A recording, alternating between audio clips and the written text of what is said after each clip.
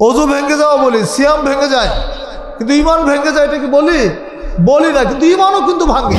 আল্লাহর রুবুবিয়াত, আল্লাহর উলুহিয়াত ইবাদত এবং তার নাম ও গুণাবলীর মধ্যে অন্যকে শরীক করে নেওয়ার নাম হচ্ছে শিরকুল আকবার।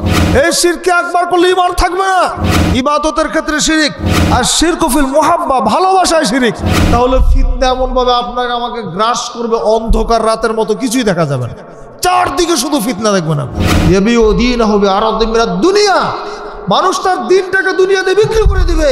আহলে হাদিস আন্দোলন বাংলাদেশ, আসুন পবিত্র কুরআন ও সহিহ হাদিসের আলোকে জীবন গড়ি। আমরা অত্যন্ত বেদনার সাথে স্মরণ করছি বর্তমান বিশ্বের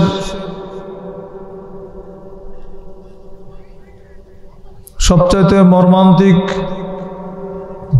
হত্যাযজ্ঞ চলছে মুসলমানদের পবিত্র ভূমি জেরুজালেম, ফিলিস্তিনে মুসলিম ভাইদের উপরে, ভাই বোনদের, নারী শিশুদের উপরে যে ইসরায়েলি আগ্রাসন চলছে, সেই আগ্রাসনে যারা দুনিয়া থেকে বিদায় নিয়েছেন, প্রতিনিয়ত যারা নির্যাতনের শিকার হচ্ছেন, আমরা আজকের এই মাহফিল থেকে তাদেরকে অন্তর থেকে স্মরণ করছি এবং মহান আল্লাহর কাছে তাদের জন্য দোয়া করছি, আল্লাহ যেন তাদেরকে তার গায়েবী মদদ দিয়ে সাহায্য করেন। সকলে বলুন আমিন। আল্লাহুম্মা ইগফির লানা ওয়াল মুমিনিনা ওয়াল মুমিনাত ওয়াল মুসলিমিনা ওয়াল মুসলিমাত ওয়া আলিফ বাইনা কুলুবিহিম ওয়া আসলিহ যাতা বাইনিহিম ওয়ানসুরহুম আলা আদুবিকা ওয়া আদুবিহিম ওয়ানসুরহুম আলা আদুবিকা ওয়া আদুবিহিম। আল্লাহুম্মা আলআনিল কাফারাতা আল্লাযীনা ইয়াসুদ্দুনা আন সাবিলিক ওয়া ইউকাযযিবুনা রুসুলাক ওয়া ইউকাতিলুনা আওলিয়াআক। আল্লাহুম্মা খালিফ বাইনা কালিমাতিহিম ওয়া জালজিল আকদামাহুম وأنزل بهم بأسك الذي لا ترده عن القوم المجرمين آمين।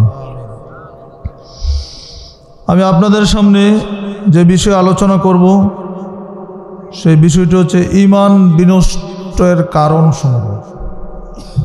ঈমান যে নষ্ট হয়ে যায়, ঈমানের যে নোকসানিয়াত ঘটে, কি কি কারণে, কেন ঘটে, আসলে কি ঈমান নষ্ট হয়? আমরা মনে করে নিয়েছি যে আমরা ঈমান এনেছি, কালেমা পড়েছি, আমরা পাক্কা মুমিন, এটার কোনো ক্ষতি হওয়ার সুযোগ নাই। আর মানে কালেমা পড়লেই আমাদের জান্নাতের সার্টিফিকেট হয়ে গেল, এরকম কিছু? এই বিষয়টা আমরা আজকে কয়েকটি পয়েন্টে আলোচনা করবো ইনশাল্লাহ। আজকে প্রধান আলোচক এসেছেন, আপনারা শুনেছেন ঢাকা থেকে, উনিও আসবেন। তার আলোচনা শুনে মজলিসের আদব রক্ষা করে শেষ বৈঠকের শেষ পর্যন্ত থেকে দোয়া পাঠের মাধ্যমে বিদায় নেবেন ইনশাআল্লাহ। ইনশাআল্লাহ না চলে যাবেন আগে? ইনশাআল্লাহ। এখানে বসে আছেন যে লস হচ্ছে না লাভ হচ্ছে? লাভ, লসের কোনো সুযোগ এখানে নাই।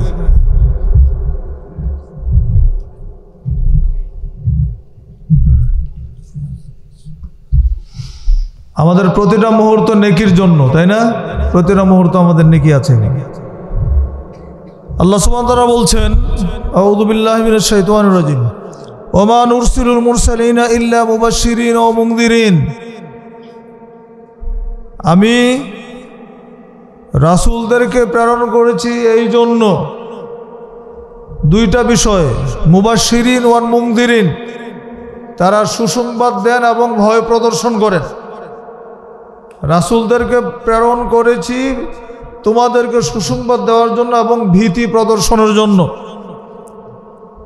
তারপরের বাক্য হচ্ছে ফামান আমানা ওয়া আসলাহা, যে ব্যক্তি ঈমান আনবে বা ঈমান এনেছে, ওয়া আসলাহা এবং সংশোধিত হয়েছে, ঈমান এনেছে এবং যে ইসলাহ করেছে, ফালা খাউফুন আলাইহিম, তার কোনো ভয় নাই, ওয়া লাহুম ইয়াহজানুন, সে চিন্তান্বিতও হবে না। দেখেন, ঈমান এনেছে এবং সংশোধন হয়েছে, তাহলে ঈমান আনার পরেও ইসলাহের একটা বিষয় থেকে যায়। কালেমা বললে মুমিন হওয়া যায়, কিন্তু মুসলমান হতে গেলে ইসলামের বিধান মানতে হয়, আমল করতে হয়। আমলহীন ঈমানের কোনো দাম আছে? একটা মানুষ ঈমান এনেছে কিন্তু সালাত আদায় করে না, এই ঈমানের কোনো মূল্য আছে? একটা ফল গাছ, ফল ধরে না, ওই গাছকে আমরা রাখবেন? ঠিক ঈমান এবং ইসলামের বিষয়টা ঠিক এরকম। ঈমান যিনি আনবেন সত্যিকার অর্থে এবং ইসলাহ করবেন, তার কোনো ভয় নাই। এই যে আজকে সারা পৃথিবীতে মুসলমানদের বিপর্যয়, আমাদের দেশে মুসলমানদের বিপর্যয় কেন, কি কারণে? কারণ আমাদের ঈমানের ক্ষেত্রে আমাদের নোকসানিয়াত আছে, আমাদের ঈমানের মধ্যে শিরিক মিশ্রিত আছে। আল্লাহ তো ওয়াদা করেছেন যারা ঈমান আনবে এবং সৎকর্ম করবে তাদেরকে তিনি পৃথিবীর খেলাফত দিবেন, তিনি খলিফা দিবেন, প্রতিনিধিত্ব বানাবেন। তো খেলাফতের ওয়াদা আল্লাহ করেছেন কাদের জন্য? যারা ওয়াদাল্লাহুল্লাযীনা আমানু মিনকুম ওয়া আমিলুস সালিহাত, যারা ঈমান আনে এবং সৎকর্ম সম্পাদন করে তাদেরকে আল্লাহ সুবহানাহু ওয়া তাআলা খেলাফত দিবেন। তো তাহলে বোঝা যাচ্ছে আল্লাহ দিচ্ছেন না কেন আমাদেরকে? আমাদের ঈমানের মধ্যে সমস্যা আছে, আমাদের আমলের মধ্যে সমস্যা আছে। ইসলামী খেলাফতের যে বিষয়টা আছে, ইসলামী খেলাফতটা কি একটা ভুল মেসেজ না সঠিক মেসেজ? এটা কি আমরা তৈরি করেছেন, আল্লাহ পাঠাইছেন? তাহলে আল্লাহ সুবহানাহু ওয়া তাআলা যেটা পাঠাইলেন এটাই তো সঠিক হবে। আচ্ছা, গণতন্ত্রটা কে পাঠাইছে? আব্রাহাম লিঙ্কন পাঠাইছে। তাহলে আল্লাহর খেলাফতটা ঠিক হবে না গণতন্ত্রটা ঠিক হবে? তো এই সত্য কথাটা তো আপনারা বলতে পারতেছেন না। এই যে বাস্তব একটা সত্য কথা, এই সত্য কথাটা আমরা বুঝিও না, বলিও না। কেন বলি না? আমরা ধরে নিয়েছি যে ক্ষমতায় যেতে হলে গণতন্ত্র ছাড়া কোনো বিকল্প পথ নেই। আমরা ধরে নিয়েছি যে নেতৃত্ব দিতে গেলে ভোটাভুটি ছাড়া বিকল্প কোনো পথ নেই। তাহলে আমাদের ঈমানটা কি ঠিক আছে? বলেন তো, ঈমানটা ঠিক আছে? তো আল্লাহ যে আমাদের পাঠাইলেন, তো আল্লাহ জীবন বিধান দিয়ে পাঠান নাই? অবশ্যই তিনি বিধান দিয়েছেন। আল কোরআন হচ্ছে জীবন বিধান, এটা আল্লাহর পক্ষ থেকে এসেছে। কোরআনের কোনো সংশোধনী আছে? আর আমাদের সংবিধান সংশোধন কতবার হয়েছে এ পর্যন্ত? বলুন তো, 17 বার হয়েছে। আবার আগামী দিনে যারা ক্ষমতা আসবে তারা আবার কতবার করবে দেখবেন। তাহলে মানুষের তৈরি থিওরি কোনোদিন চিরন্তন নয়, মানুষের তৈরি কোনোদিন পথ পদ্ধতি কোনোদিন সঠিক হতে পারে না, নির্ভুল হতে পারে না, এর মধ্যে ভুল থাকতেই পারে। কিন্তু আল্লাহ প্রদত্ত যে বিধান, এটার মধ্যে কোনো ভুল নেই। কোরআন মাজিদ এমন এক গ্রন্থ, যে গ্রন্থের শুরুতে আল্লাহ চ্যালেঞ্জ ছুড়ে দিয়েছেন, আলিফ লাম মিম যালিকাল কিতাবু লা রাইবা ফীহি। এটা এমন একটা কিতাব যার মধ্যে কোনো সন্দেহ নেই। পৃথিবীর কোনো পণ্ডিত, কোনো মনীষী কেউ কি পারছে তার বই লেখার পরে এই কথা বলতে এরকম করে? শুধু তাই নয়, কোরআনের বিভিন্ন জায়গায় আল্লাহ সুবহানাহু ওয়া তাআলা কি করেছেন? চ্যালেঞ্জ করেছেন। ক্ষমতা থাকলে এরকম একটা সূরা নিয়ে আসো, একটা আয়াত বানাও, 10টা আয়াত বানায় নিয়ে আসো। কেউ চ্যালেঞ্জ এটাকে গ্রহণ করতে পেরেছে? কেউ চ্যালেঞ্জ গ্রহণ করেছে এ পর্যন্ত? পারে না। কিয়ামত পর্যন্ত পারবে? পারবে না ইনশাআল্লাহ। কারণ এটা মানুষের তৈরি কোনো বিধান না, এটা আল্লাহ প্রদত্ত বিধান, আল্লাহর কালাম। এখানে পরিবর্তনের কোনো সুযোগ নেই। তাহলে ঈমানের মধ্যে আমাদের ঘাটতি আছে বলে এই সমস্যা হচ্ছে। দেখেন, রাসূলুল্লাহ সাল্লাল্লাহু আলাইহি ওয়াসাল্লাম বলছেন, আবু হুরায়রা রাদিয়াল্লাহু আনহু বর্ণিত, তিনি বলেন, আন্না রাসূলুল্লাহ সাল্লাল্লাহু আলাইহি ওয়াসাল্লাম قال বাদিরু বিল আমালি ফিতারান কাকিতাল্লাহি লিল মুসলিম। রাসূল সাল্লাল্লাহু আলাইহি ওয়াসাল্লাম বলেন, তোমরা অন্ধকার রাতের ন্যায় ফিতনা আসার আগেই নেক আমলের প্রতি তোমরা অগ্রসর হও। বাদিরু, এগিয়ে যাও, বেশি বেশি নেকির কাজ করো, আমল ও সলের কাজ বেশি করো। অন্ধকার রাত্রির ন্যায় ফিতনা আসার আগে। তাহলে ফিতনা এমনভাবে আপনাকে আমাকে গ্রাস করবে, অন্ধকার রাতের মতো কিছুই দেখা যাবে না। চারদিকে শুধু ফিতনা দেখবেন, আপনি চারদিকে শুধু ভেজাল দেখবেন। এরপরে আল্লাহ রাসূল সাল্লাল্লাহু আলাইহি ওয়াসাল্লাম বলছেন, ইউসবিহুর রাজুলু মুমিনান ওয়া ইউমসি কাফিরান। সেই ফিতনার সময় পরিস্থিতি এরকম জটিল হবে যে মানুষ সকালে মুমিন থাকবে, সন্ধ্যার সময় কাফের হয়ে যাবে। আও ইউমসি মুমিনান ওয়া ইউসবিহু কাফিরান, অথবা সন্ধ্যায় মুমিন থাকবে, সকালে কাফের হয়ে যাবে। অন্ধকার রাত্রির ন্যায় যখন ফিতনা আসবে, সেই ফিতনা আসার আগেই তোমরা নেক আমলের প্রতি ধাবিত হও, নেক আমল বেশি বেশি করে অগ্রসর হও। আল্লাহ নবী বলতে গিয়ে বললেন, শোনো, পরিস্থিতি এত জটিল হবে যে মানুষ সকালে মুমিন থাকবে, সন্ধ্যায় কাফের হয়ে যাবে, সন্ধ্যায় মুমিন থাকলে সকালে কাফের হয়ে যাবে। ইয়াবিউদ্দিন হবে আরাদিম মিনাদ দুনিয়া, সে তার দিনটাকে তার দুনিয়ার বিনিময়ে বিক্রি করে ফেলবে, দিনটাকে দুনিয়া দিয়ে বিক্রি করবে, দিনটাকে দুনিয়া দিয়ে বিক্রি করবে। আল্লাহ রাসূলের বাণী ভবিষ্যৎবাণী মিথ্যা নয়।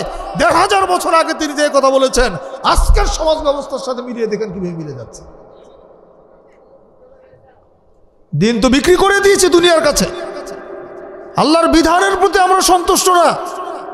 আল্লাহর বিধানটা যে চূড়ান্ত, এটা যে একটা কল্যাণকর বিধান, এটা যে মানুষের জন্য আল্লাহ দিয়েছেন, এইটা আমরা এটা কল্যাণ বিধান মনে করছি না বলে আল্লাহর বিধানটা এক জায়গায় রেখে নিজের মতো আমরা আইন তৈরি করতেছি। আমাদের দেশের আইনমন্ত্রীরা আইন রচনা করে আর জজ সাহেবরা সেটা বাস্তবায়ন করে। আইনমন্ত্রীর যোগ্যতা কি? বাংলাদেশের রাজনীতিতে যোগ্যতা কি? বা এমপি তো মানে কি পাস লাগে? কোন পাস? মেট্রিক পাস নাকি? হ্যাঁ, এখন এসএসসি। কিন্তু একজন জজ হইতে কি পাস করতে হয় বলেন তো? এমনি এমনি গিয়ে জজ হইতে পারবে? এমনি বিচারকের চেয়ারে বসতে হবে? আপনাকে বসাবে গিয়ে? মন্ত্রী ভোটে হয়, কিন্তু জজ বিচারক ভোটে হয় না। বাংলাদেশের ডিসিএসপিরা ভোট দেওয়া হয় না, কিন্তু এমপি মন্ত্রীরা ভোটে হয়ে যায়। ভোট দেয় কারা? এদেশের সমাজের শিক্ষিত মানুষ ভোট দেয়, অশিক্ষিত মানুষ ভোট দেয়, শিক্ষক ভোট দেয়, ছাত্র ভোট দেয়, মুচি মেথরও ভোট দেয়, 4th ক্লাস ব্যক্তি যারা সমাজের তারাও ভোট দেয়। তাহলে একজন শিক্ষিত মানুষের রায় আর একজন মূর্খ মানুষের রায় কি সমান? তাহলে এই যে ব্যবস্থাটা এটা তৈরি করছে কে? আমরা করি নাই? তা আমরা এইটাতেই সন্তুষ্ট, আর ওইটা তো আমরা সামনে আনতেছি না। হাদিসের সাথে মিলে যাচ্ছে না? ইয়াবিউদ্দিন হবে আরাদিম মিনাদ দুনিয়া, মানুষ তার দিনটাকে দুনিয়াতে বিক্রি করে দিবে। আমরা তো দিন আমাদের আছে, স্বচ্ছ জীবন বিধান আছে, সংবিধান আছে, আমাদের আইন আছে, বিচার ব্যবস্থা আছে, ব্যবসা বাণিজ্য আছে, সব কিছু আল্লাহ ইসলামে দিয়ে দিয়েছে। আমরা এইগুলোকে এক জায়গায় রেখে, এক পাশে সাইড করে রেখে আমরা নিজেদের মতো আমরা একজন পণ্ডিত সেজেছি, নিজেরা নিজের একটা একটা তৈরি করতেছি আর সমাজে দিচ্ছি। তাহলে আমরা আমাদের দিনটা বিক্রি করছি না? তাহলে সেই ফিতনার জামান আসে নাই? বন্ধুরা আমার, এই অবস্থাতে ঈমান ধরে রাখবো কিভাবে? ঈমান নষ্ট হয়ে যায়, ঈমান বাড়ে এবং কমে। ঈমানটা কি জিনিস? ঈমান কাকে বলে? আপনারা বলুন তো, ঈমান অর্থ কি? বিশ্বাস ছাড়া আর কি আছে? কিসের বিশ্বাস? হ্যাঁ, বলতে পারবেন? বলেন তো, আপনি বলছিলেন না, বলেন। মাশাআল্লাহ, দাঁড়ান, আপনি দাঁড়ান, সুন্দর, শুনি দেখি একটু। হ্যাঁ বলেন, কি বুঝলেন? হ্যাঁ হ্যাঁ, মাশাআল্লাহ মাশাআল্লাহ, জাযাকাল্লাহ খায়ের, সুন্দর উত্তর দিয়েছেন। এইটাই ঈমানের সংজ্ঞা। আল ঈমান ওয়া তাসদীকু বিল জিনান আল ইকরারু বিল লিসান ওয়াল আমালু বিল আরকান। অন্তরের বিশ্বাস, মুখের স্বীকৃতি আর কর্মে বাস্তবায়নের তিনটার সমন্বিত রূপকে বলা হয় ঈমান। আমাদের মধ্যে তিনটা আছে? আমাদের সবার মধ্যে কি তিনটা আছে? অনেকের মধ্যে কিন্তু নাই। ইয়াজিদু বিত-তাআ ওয়া ইয়ানকুস বিল মাসিয়া, যেটা আনুগত্য বৃদ্ধি পায় এবং গুনাহের কারণে এটা কমে যায়। ঈমান বাড়ে এবং কমে, ঈমান বাড়ে এবং কমে। আনুগত্য করলে ঈমান বাড়ে। আল্লাহ বলছেন কি, ইন্নামাল মুমিনুনা আল্লাযীনা ইযা যুকিরাল্লাহ ওয়াজিলাত কুলুবুহুম ওয়া যাদাতহুম ঈমানা। যারা আল্লাহর কালাম তিলাওয়াত করে তাদের কি হয়? ঈমান বাড়ে, অন্তরটা নরম হয়ে যায়। ওয়া যাদাতহুম ঈমান, তাদের ঈমানটা বেড়ে যায়। ওয়া আলা রাব্বিহিম ইয়াতাওয়াক্কালুন, তারা তাদের রবের প্রতি কি? তাওয়াক্কুল করে, ভরসা। তাহলে ঈমান বাড়ে এবং কমে। বাড়ে কখন? যখন আমরা ঈমানই কাজ করি, ঈমানের সোহবতে থাকি, আল্লাহর কালাম তেলাওয়াত করি, দিনই মানুষের সাথে চলি, সৎসঙ্গ মুখলেস সাথী যদি আমাদের হয়, একজন দুষ্ট বন্ধু যদি হয়, তাহলে ঈমান বাড়বে। যে বন্ধুরা সিনেমা দেখে গান শুনে গাঞ্জা খায় আড্ডা মারে, এরকম দুস্থ যদি হয়, তার সাথে থাকলে ঈমান বাড়বে না কমবে? আর যে দোস্তরা মাশাআল্লাহ সালাত আদায় করে সিয়াম রাখে, নফল সিয়াম রাখে, এই শাওয়ালের সিয়াম রাখে, তার সাথে থাকলে ঈমান বাড়বে না কমবে? বাড়বে। শাওয়ালের সিয়াম রেখেছেন আপনারা? শাওয়ালের সিয়াম রেখেছেন? কেউ রাখেন নাই মনে হয়। কয়জন রেখেছেন হাত তুলুন দেখি। মাশাআল্লাহ, অনেকে রেখেছেন। রাখবেন। নফল সিয়ামের গুরুত্ব অনেক বেশি। রাসূলুল্লাহ সাল্লাল্লাহু আলাইহি ওয়াসাল্লাম বলেছেন, মান সামা লিল্লাহি, যে ব্যক্তি আল্লাহর জন্য একটা সিয়াম রাখবে, বা'আদাল্লাহু ওয়াজহু সাবিনা আনিন নারি 70 খারিফান, আল্লাহ সুবহানাহু ওয়া তাআলা তার চেহারাটাকে জাহান্নাম থেকে 70 বছরের পথ দূরে করে দেয়। সুবহানাল্লাহ। একটা সিয়াম যদি কেউ আল্লাহর জন্য রাখে, তাহলে জাহান্নাম তার চেহারা থেকে 70 বছরের পথ দূরে হয়ে যায়। অন্য রাওয়াতে আসছে 100 বছরের মানে পথ দূরত্ব হয়ে যায়। আর একটা রাওয়াতে আসছে জাহান্নাম এবং তার চেহারার মধ্যে একটা গর্ত করা হয়, খন্দক মানে গর্ত। সেই গর্তটার ব্যাসার্ধ কত বড় জানেন? আসমান এবং জমিন যত ফাঁকা আছে অত বড় একটা খন্দক তৈরি করা হয় জাহান্নাম থেকে তার চেহারার মাঝখানে। সুবহানাল্লাহ। নফল সিয়ামের গুরুত্ব এত বেশি। আল্লাহ রাসূল সাল্লাল্লাহু আলাইহি ওয়াসাল্লাম বলছেন, মান সামা রমাদানা সুম্মা আতবাউ সিত্তা মিন শাওয়ালিন কানা কাসিয়ামিদ দাহর, কেউ যদি রমজান মাসের সিয়াম রাখার পরে শাওয়াল মাসের 6টা সিয়াম রাখে, সে যেন সারা বছর সিয়াম রাখে। কয়দিন রাখলো? সারা বছর সিয়ামের নেকি সে পাবে ইনশাআল্লাহ। সমারুদ্দিন মেহরাম বলছিলাম, ঈমান বিনষ্ট হয়ে যায়, ঈমান ক্ষতিগ্রস্ত হয়। কি কারণে ক্ষতিগ্রস্ত হয়? অনেক লম্বা আলোচনা, আমি সংক্ষেপে 3টা মৌলিক কারণ আপনাদেরকে শুনিয়ে দেই, যে 3টি মৌলিক কারণে মানুষের ঈমান বিনষ্ট হয়। নাওয়াকুদুল ঈমান হচ্ছে 3টা মৌলিক কারণ। 1 নম্বর হচ্ছে শিরকুল আকবার, বড় শিরিক করলে ঈমান নষ্ট হয়ে যায়। 2 নম্বর হচ্ছে আল কুফরুল আকবার, বড় কুফরি করলে ঈমান নষ্ট হয়ে যায়, ঈমান থাকে না, ঈমান ভেঙে যায়। আর নিফাকুল আকবার, যদি বড় নিফাকি করে মুনাফিকি করে তাহলে তার ঈমান নষ্ট হয়ে যায়। 3টা মৌলিক বিষয়ের মধ্যে অনেকগুলো কারণ আছে। 3টা মৌলিক বিষয় শুধু বলার চেষ্টা করি, সময় সংক্ষেপ। মনে রাখ দিবেন, শিরিক যদি থাকে তাহলে ঈমান থাকে না। আমরা বলি যে সিয়াম ভেঙে গেছে, ওযু ভেঙে গেছে, কেউ কিন্তু বলি না যে বলি ঈমান ভেঙে গেছে, কেউ বলি না, তাই না? ওযু ভেঙে যাওয়া বলি, সিয়াম ভেঙে যায়, কিন্তু ঈমান ভেঙে যায় এটা কি বলি না, কিন্তু ঈমানও কিন্তু ভাঙে, ঈমানও কিন্তু ভাঙে। ঈমান ভাঙার কাজ কিন্তু আমরা প্রতিনিয়তই করি, কিন্তু তারপরে আমরা মনে করি আমি একজন পাক্কা ঈমানদার। তাহলে এইরকম ভাঙ্গা ঈমান নিয়া আল্লাহর কাছে কাঁদলিকে আল্লাহ শুনবে? আল্লাহর কাছে চাইতে হবে ইখলাসের সাথে, ঈমানদার মানুষের কথা আল্লাহ শুনবে। এই যে ফিলিস্তিনিদের জন্য আমরা দোয়া করছি, আল্লাহ সুবহানাহু ওয়া তাআলা ওই শিরিক মুক্ত মুমিন যারা আছে তাদের কথাই শুনবেন ইনশাআল্লাহ। লাখো লাখো জনতা যদি আপনি একত্রিত হন, যে আমাদের ঈমানের নোকসানিয়াত থাকে, ঈমানের মধ্যে ভেজাল থাকে, তবু আল্লাহ শুনবেন কিনা এটা কঠিন বিষয়। বন্ধুরা আমার, আমরা দোয়া করি আমাদের ঈমান যেন খালেস থাকে, ঈমান যেন পরিশুদ্ধ থাকে, ঈমানের মধ্যে যেন ভেজাল না থাকে। এবার আসেন ব্যাখ্যায় চলে যাই। আর শিরকুল আকবার, বড় শিরিকটা কি জিনিস? হুয়া জা'লু শারীকিন মা আল্লাহ তাআলা ফি রুবুবিয়্যাতিহি আও উলুহিয়্যাতিহি আও আসমাইহি ওয়া সিফাতিহি। আল্লাহর রুবুবিয়্যাত, আল্লাহর উলুহিয়াত ইবাদত এবং তার নাম ও গুণাবলীর মধ্যে অন্যকে শরীক করে নেওয়ার নাম হচ্ছে শিরকুল আকবার। যেমন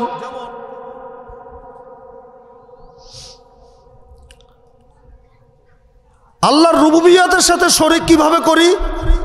রব মানে প্রতিপালক, আল্লাহ আমাদের প্রতিপালন করেন, আমাদের রিজিক দেন, খাওয়ান পরান। এখন এই আকীদা যদি হয়,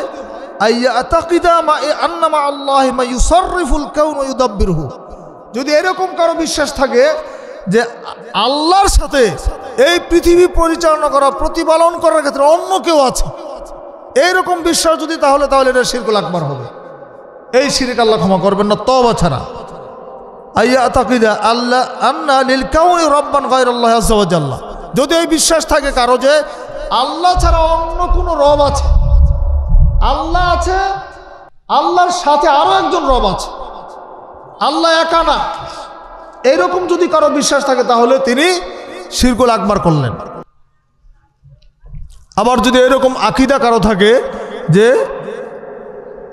আইয়া তাকিদা আন্না আহাদা ইয়ালামুল গায়ব গায়বা মা আল্লাহ, আল্লাহর সাথে অন্য আরেকজন গায়েবের খবর জানে। আমাদের মধ্যে আকীদা আছে কি রাসূল সাল্লাল্লাহু আলাইহি ওয়াসাল্লাম গায়েবের খবর জানেন? রাসূল গায়েবের খবর জানেন? জানেন না। গায়েবের চাবি কার কাছে? ওয়া ইনদাহু মাফাতিহুল গায়ব, আল্লাহ স্পষ্ট বলে দিয়েছেন গায়েবের চাবি হচ্ছে আল্লাহর হাতে। কখন কিয়ামত হবে এই প্রশ্ন যখন জিবরিল আমিন আল্লাহর নবীকে করলেন, হাদিসে জিবরিলের মধ্যে আছে, বলতে বলতে যখন বললেন মাতা সা, মুহাম্মদ বলো তো কখন কিয়ামত ঘটবে, তখন জিবরিলের প্রশ্নের জবাবে রাসূলকে বললেন মাল মাসউলু বিআলা মিনাস সাইল, এই বিষয়ে প্রশ্নকৃত ব্যক্তি প্রশ্নকারীর চাইতে বেশি জানে না। যাকে প্রশ্ন করা হয়েছে তিনি, যিনি প্রশ্ন করেছেন তার চাইতে বেশি জানেন না। জিবরিল প্রশ্ন করেছেন, রাসূল প্রশ্নের উত্তর দিচ্ছেন একটার পর। ইসলাম কাকে বলে, ঈমান কাকে বলে, ঈসান কাকে বলে, শুনেন হাদিস। তো এই হাদিসের শেষে গিয়ে বলা হচ্ছে যে আপনি বলুন তো নবী যে কিয়ামত কখন হবে, তো রাসূল এটার উত্তর দিয়ে অন্যগুলোর সব উত্তর দিলেন, কিন্তু কিয়ামতের উত্তর দিতে গিয়ে তিনি বললেন কি এই বিষয়ে প্রশ্নকৃত ব্যক্তি প্রশ্নকারীর চাইতে বেশি জানেন। তার মানে কি হলো? জিবরিল এটা তুমিও জানো না আমিও জানি না, তাই হলো না? যে তুমি যেই পাস আমিও সেই পাস, তুমিও জানো না আমিও জানি না, তাই এটা কে জানেন? আল্লাহ সুবহানাহু ওয়া তাআলা জানেন। আল্লাহ যখন নির্দেশ দিবেন তখনই ইসরাফিল ফু দিবেন সিংহায়, তখন আসমান জমিন চন্দ্র সূর্য ভেঙে চুরমার হয়ে যাবে একটা ফুৎকারে। বন্ধুরা আমার, তাহলে এইরকম যদি কারো বিশ্বাস থাকে শিরকে আকবার, এই শিরকে আকবার করলে ঈমান থাকবে না। তারপরে যদি উলুহিয়াতের ক্ষেত্রে শিরক করেন, আল্লাহর ইবাদতের ক্ষেত্রে শিরক করেন, ইবাদতে শিরক কিভাবে করি আমরা দেখেন। এক নম্বর আর শিরকু ফি দোয়া, দোয়ার মধ্যে শিরক করি আমরা। দোয়ার করতে গিয়ে আল্লাহর সাথে আমরা শরিক করি, যেমন মূর্তি, প্রতিমা, গাছ, পাথর, এইগুলোর নামে যদি কেউ কাছে চায়, সূর্যের কাছে চায়, চন্দ্রের কাছে চায়, গাছের কাছে চায়, মাছের কাছে চায়, মাজারের কাছে চায়, চায় না? এখন দোয়া করবেন কার কাছে? মাইয়েতের কাছে দোয়া করলে শুনবে, তার ক্ষমতা আছে কিছু দেওয়ার। কিন্তু আমাদের দেশে বড় বড় শিক্ষিত, বড় বড় পণ্ডিত দেখা যায় মাইয়ে কি মাজারের মধ্যে গিয়ে সিজদা করতেছে। শিক্ষিত মানুষ মাজারে গিয়ে সিজদা করছে, মাজারের টাকা দিচ্ছে, মানত দিচ্ছে, মানছে। তার বিশ্বাস, তার আকীদা যে আমি এই মাজারের কাছে চাইলে মনে পেয়ে যাব। বন্ধুরা আমার, তাহলে তার এই দোয়ার ক্ষেত্রে সে আল্লাহর সাথে অন্য কেউ শরিক করে নিল। আর শিরকু ফি তোয়া, আনুগত্যে শরিক করা, আল্লাহর আনুগত্য। আল্লাহ হালাল, যেটা হালাল করেছেন এটা হারাম করতে পারবো আমরা? মদ হালাল না হারাম? মদ হারাম। এখন যদি বাংলাদেশের পার্লামেন্টে মদ হালাল হয়, বৈধ হয়, লাইসেন্স দেয়, তাহলে এটা হালাল হয়ে যাবে। জুয়া হালাল হয়ে যাবে, লটারি হালাল হয়ে যাবে, ব্যবসাবৃত্তি হালাল হয়ে যাবে। কিন্তু বাংলাদেশের মতো মুসলিম কান্ট্রিতে এগুলি সব হালাল, সব লাইসেন্স দেওয়া হচ্ছে, সব বৈধ। যদি লেখা হালাল পতিতালয়, এরকম জায়গাও কিন্তু আছে, বাংলাদেশে না থাকলেও অন্যান্য জায়গায় আছে, আমি নাম বলছি না। পতিতালয় কোনোদিন হালাল হতে পারে বলেন? হালাল কি তাদের কাছে? ওই যে সরকারি লাইসেন্স আছে এটাই হালাল। নাউযুবিল্লাহ, আউযুবিল্লাহ। বলেন কি? বাংলাদেশের সমস্ত মানুষ, সারা পৃথিবীর সমস্ত মানুষ যদি একত্রিত হয়ে মদকে হালাল বলে, আল্লাহর হারামকৃত মদ কোনোদিন হালাল হতে পারে না। আল্লাহর হারামকৃত জুয়া, লটারি, ব্যবসাবৃত্তি কোনোদিন হালাল হতে পারে না। মানুষের রায় দিয়ে কোনোদিন আল্লাহর হারামকে হালাল করা যায় না। যদি মনে করেন তাহলে আপনার এটা হচ্ছে শিরক আকবার। এইরকম মনে করলে ঈমান থাকবে। আপনি যদি হজ করেন প্রতি বছর, উমরা করেন, 5 ওয়াক্ত সালাত আদায় করেন, দাড়ি রাখেন, টুপি রাখেন, ওই ঈমান দিয়ে কোনোদিন কোনো কাজ হবে না। কালেমা সারাদিন পড়েন আপনি, ওই কালেমার কোনো দাম নাই আপনার মধ্যে যদি এরকম শিরক থাকে। যারা মাজারে সিজদা দেয় তারা তো মুসলমান, তাদের তো টুপি পাঞ্জাবি সব আছে, তারা সালাত আদায় করে। আপনি শাহজালাল মাজারে রমজান মাসে গিয়েছিলাম, সাংগঠনিক প্রোগ্রামে গিয়েছিলাম, রমজান মাস তারাবির সালাত হলো। তো তারাবির সালাত মাজার আর মসজিদ পাশে। তারাবির সালাত ইমাম সাহেবের কেরাত মাশাআল্লাহ খুব সুন্দর, আমি দাঁড়ায় দাঁড়িয়ে একটু শুনলাম বাইরে থেকে। যেই সালাত শেষ হলো, কিছু মানুষ ঢুকে গেল মাজারের ভিতরে, ঢুকে ওখানে আবার সিজদা করলো, মুনাজাত করলো, চাইলো। তাহলে বলেন এই 20 টাকার তারাবি দীর্ঘ 1-1.5 ঘন্টা ধরে তার কষ্ট করে পড়ে আদায় করে কোনো ফায়দা হলো? সে কিন্তু মনে করছে আমার খুব ভালো ফায়দা হলো, মানে এটাও ঠিক রাখলাম, ওইটাও ঠিক রাখলাম। এই 2 কুল ঠিক রাখা যায় বন্ধুরা আমার? তাহলে আর শিরকু ফিল উলুহিয়া, ইবাদতের ক্ষেত্রে শিরিক। আর একটা হচ্ছে আর শিরকু ফিল মুহাব্বা, ভালোবাসায় শিরিক। এখন আপনি মহাব্বত আল্লাহকে মহব্বত করবেন না গায়রুল্লাহকে মহব্বত করবেন? যদি কেউ গায়রুল্লাহকে মহাব্বত গায়রিল্লাহ কা হুব্বিল্লাহ, কেউ যদি গায়রুল্লাহকে আল্লাহর নামে মহব্বত করে তাহলে হচ্ছে মহাব্বতে শিরিক। আল্লাহর সাথে কোনোদিন সমকক্ষ চলবে না। আল্লাহ বলছেন আউযু বিল্লাহি মিনাশ শাইতানির রাজিম, ওমিনান নাসি মান ইয়াত্তাখিযু মিন দুনিল্লাহি আনদাদা ইউহিব্বুনাহুম কা হুব্বিল্লাহ। মানুষের মধ্যে কিছু মানুষ আছে যারা কি করে, ইয়াত্তাখিযু মিন দুনিল্লাহ, আল্লাহ ব্যতীত অন্য কাউকে সমকক্ষ করে নেয়। ইউহিব্বুনাহুম কা হুব্বিল্লাহ, তারা আল্লাহর নামে তাদেরকে মহব্বত করে। এইটার নাম হচ্ছে মহব্বতে শিরিক, ভালোবাসায় শিরিক। তাহলে ভালোবাসতে হবে কার জন্য? আল্লাহর জন্য। আল্লাহকে ভালোবাসতে হবে, তার সমকক্ষ কিছু নেই। আর 4 নম্বর উলুহিয়াতের ক্ষেত্রে আর একটা শিরিক হয়, আর শিরকু ফিন নিয়া, নিয়তের মধ্যে শিরিক। দেখেন নিয়তের মধ্যে শিরিক আছে। নিয়তের মধ্যে শিরিক কি দেখেন, খুব খেয়াল করে শুনে। আমরা তো সালাত আদায় করি, তাই না? নিয়ত ছাড়া কিন্তু ইবাদত হয় না। তা আমরা এই জন্য নামাজের মধ্যে নিয়ত বানাই নিছি একটা আরবিতে, নাওয়াইতু আন উসাল্লি, আছে না? এটা ঠিক না? ঠিক, এটা হাদিসে আছে। এটা কোথায় আছে বলতে পারবেন? মকসুদুল মুমিন, আর আছে কায়দা বুগদাদির মধ্যে,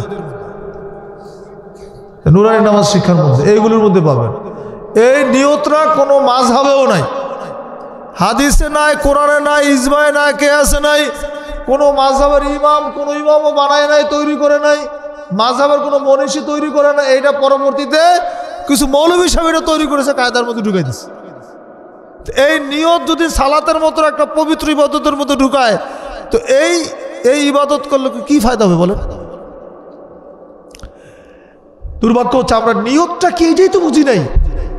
নিয়ত কাকে বলে? আর নিয়ত ইরাদাতুল কলব, নিয়তটা হচ্ছে অন্তরের সংকল্প।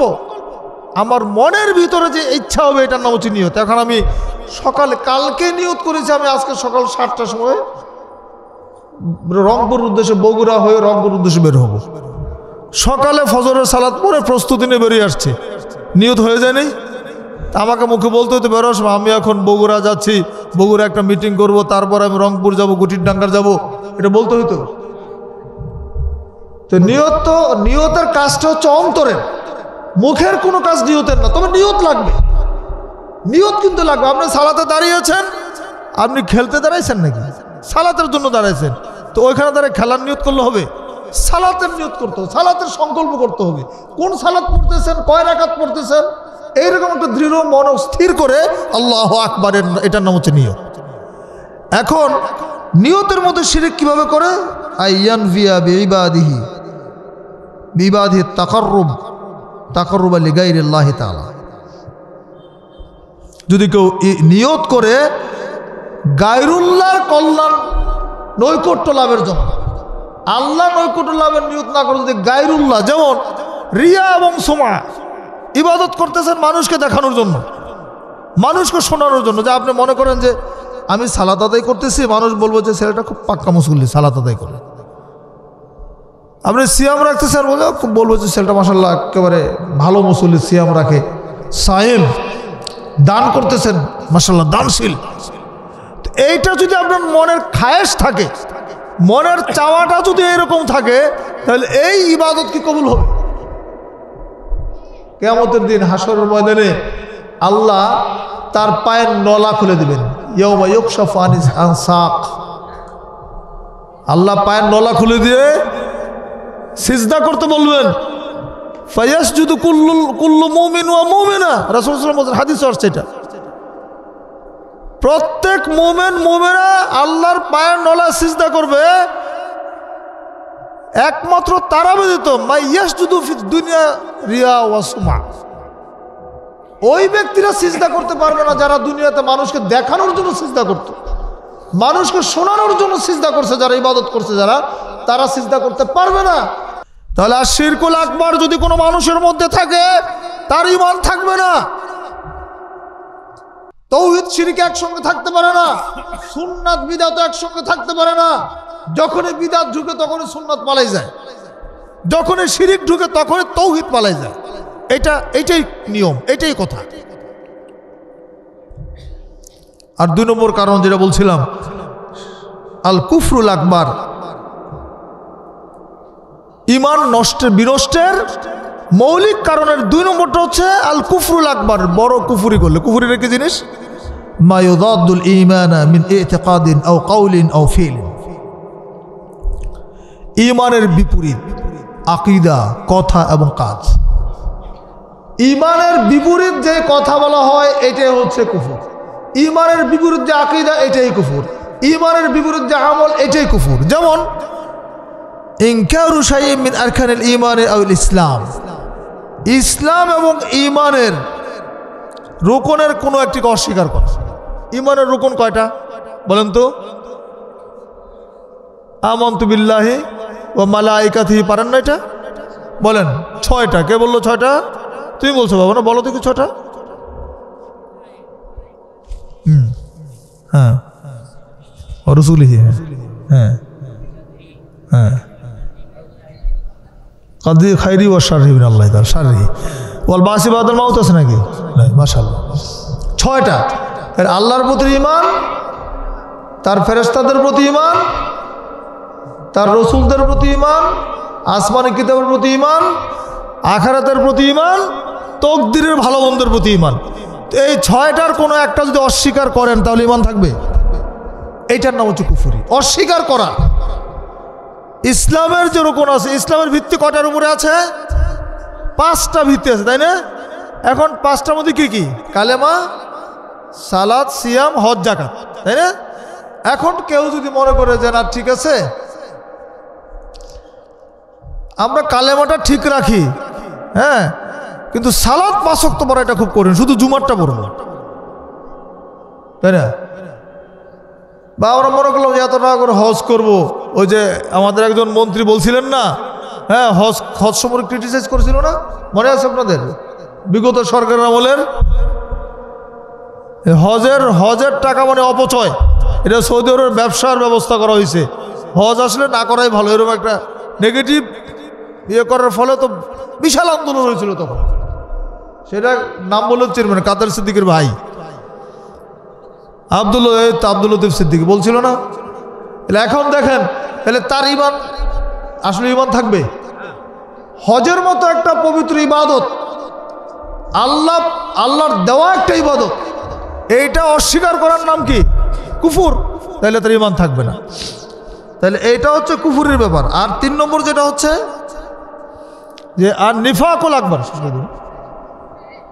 আর নিফাকুল আকবার মুনাফিকি, বড় মুনাফিকি যদি আমরা করি তাহলে আমাদের ঈমান থাকবে না। যেমন রাসূল সাল্লাল্লাহু আলাইহি সাল্লামকে মিথ্যা বলা, তাকযিবুর রাসূল সাল্লাল্লাহু আলাইহি ওয়াসাল্লাম আও তাকযিবু বা'দ মা জা'a বিহি, রাসূল সাল্লাল্লাহু আলাইহি সাল্লামকে মিথ্যা বলা এবং তিনি যা কিছু নিয়ে এসেছেন এটাকে মিথ্যা বলা, এর নাম হচ্ছে মুনাফিকি। বুগদুর রাসূল ও বুগদু মা জা'a রাসূল, জা'a বিহি রাসূল, রাসূল সাল্লাল্লাহু আলাইহি সাল্লাম এর প্রতি ঘৃণা পোষণ করে এবং তিনি যা নিয়ে আসেন তার প্রতি, তাহলে এটার নাম হচ্ছে কি? নিফাকি মুনাফিকের আলামত কয়টা জানেন? মুনাফিকের খাসলত কয়টা? 3টা। কি কি? মিথ্যা বলবে, আমানতের খেয়ানত করবে, ওয়াদা করলে ভঙ্গ করবে। এগুলো আপনাদের মধ্যে আছে? নাই মাশাআল্লাহ কারোর মধ্যে। যদি থাকে তওবা করে ফেলেন, আর করবেন না। তাহলে মুনাফিক হলে ঈমান থাকবে? মুনাফিকের ঈমান নষ্ট হয়ে যায়, কাফেরের ঈমান নষ্ট হয়ে যায়, আর মুশরিকের ঈমান নষ্ট হয়ে যায়। যতই আমাদের কালেমা ঠিক থাক, যতই আমাদের জুব্বা ঠিক থাক, পাগড়ি ঠিক থাক, মাথায় টুপি ঠিক থাক, তারপরে আমাদের ঈমান আর থাকবে না। তাহলে আমরা সংক্ষিপ্ত আলোচনায়, আমি কিন্তু খুব সহজে আপনাদেরকে একটা ক্লাসের মতোই নিলাম বলতে গেলে, যে ঈমান বিনষ্ট হয় কি কারণে? 3টা মৌলিক কারণ বলেছি। কি কি বলতে পারবেন? উত্তর দেন। 3টা কি কারণ বলেছিলাম বলেন? 1 নম্বর, আর বক্তব্য শেষ। 1 নম্বর কি? আর শিরকুল আকবার, বড় শিরিক। 2 নম্বর আল কুফরুল আকবার, বড় কুফুরি। 3 নম্বর আর নিফাকুল আকবার, মানে মুনাফিক, বড় মুনাফিক। তাইলে শিরিক থাকলে, কুফুর থাকলে এবং মুনাফিক থাকলে ঈমান থাকে না। তাহলে আল্লাহ পাক যেন আমাদেরকে এই শিরিক, কুফর এবং মুনাফিকে থেকে বাঁচায়। এই দোয়া আমরা কাছে করতে পারবো ইনশাল্লাহ। তাহলে মুনাফিক যেন আমরা না হই, আমাদের আকীদা আমলের জন্য শিরিক না থাকে, এবং আমরা আমাদের কোনো কথায় আমলে যেন কি কুফুরি না থাকে। তাহলে কুফুর, শিরিক এবং নিফাক থেকে যদি আমরা বাঁচতে পারি, তাহলে আমাদের আমল কবুল হবে ইনশাআল্লাহ। আল্লাহ রাব্বুল আলামিন আমাদের কবুল করুন, আমিন। আমি আপনাদের সবাইকে আন্তরিক ধন্যবাদ জানাচ্ছি। আজকের এই আয়োজনে আমি উপস্থিত হতে পেরেছি, এই জন্য আল্লাহর শুকরিয়া আদায় করছি। সংক্ষিপ্ত পরিসরে যা বললাম, এগুলো থেকে যেন আমরা নিজেরা আমল করতে পারি এবং আপনারা সকলে যেন আমল করতে পারেন, সেই দোয়া করে আমি নিজে আপনাদের কাছে দোয়া চেয়ে আমার বক্তব্য এখানে শেষ করছি। আখিরি দাওয়ানা আলহামদুলিল্লাহি রাব্বিল আলামিন। আসসালামু আলাইকুম ওয়া রাহমাতুল্লাহি ওয়া বারাকাতুহু।